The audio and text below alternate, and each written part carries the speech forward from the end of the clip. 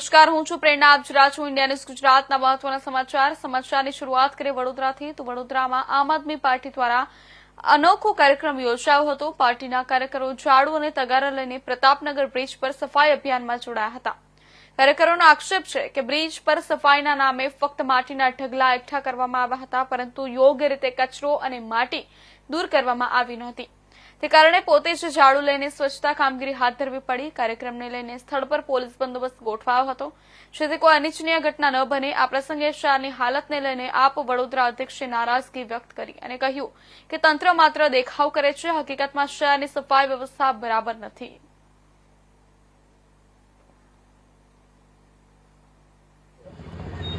આજે વડોદરાની જે સ્થિતિ છે આપ જોઈ રહ્યા છો. આપના માધ્યમથી બતાવવા માંગુ છું કે આ બ્રિજ ઉપર 8-8 ઇંચ 1-1 ફૂટના માટીના કોઠા બાજી ગયા છે. ઘાસ ઉગી આવ્યું છે, ઝાડ ઉગી આવ્યા છે. આજની પરિસ્થિતિ બરોડાની એ છે કે દરેક જગ્યાએ ખાડા ખોદી અને મૂકી દેવામાં આવ્યા છે કે વિકાસ કયો વિકાસ ફક્ત અને ફક્ત પેપર પર જ છે. આમ આદમી પાર્ટી આજે તમને બતાવવા આવી છે કે જે ખરેખર હકીકત છે તે જુઓ. આપના માધ્યમથી હું પબ્લિકને, જનતાને બી બતાવવા માંગુ છું કે આજે રોગચાળા ફેલાઈ રહ્યા છે. આજે વરસાદી માહોલ છે.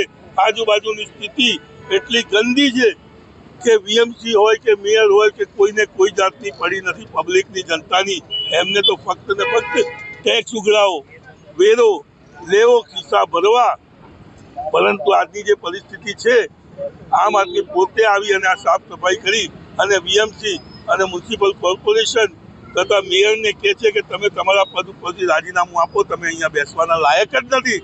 કે જો જનતાના કામ તમે ન કરી શકતા હો તો તમારી કોઈ જરૂરત નથી.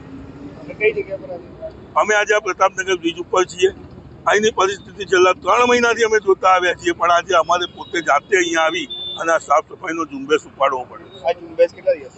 આ ઝુંબેશ જ્યાં સુધી અમે સાફ સફાઈ નહીં કરીએ ત્યાં સુધી અમે રોજ પાર્ટીના બધા કાર્યકરો 2 કલાક થઈ અને સાફ સફાઈ કરવામાં યોગદાન આપીશું.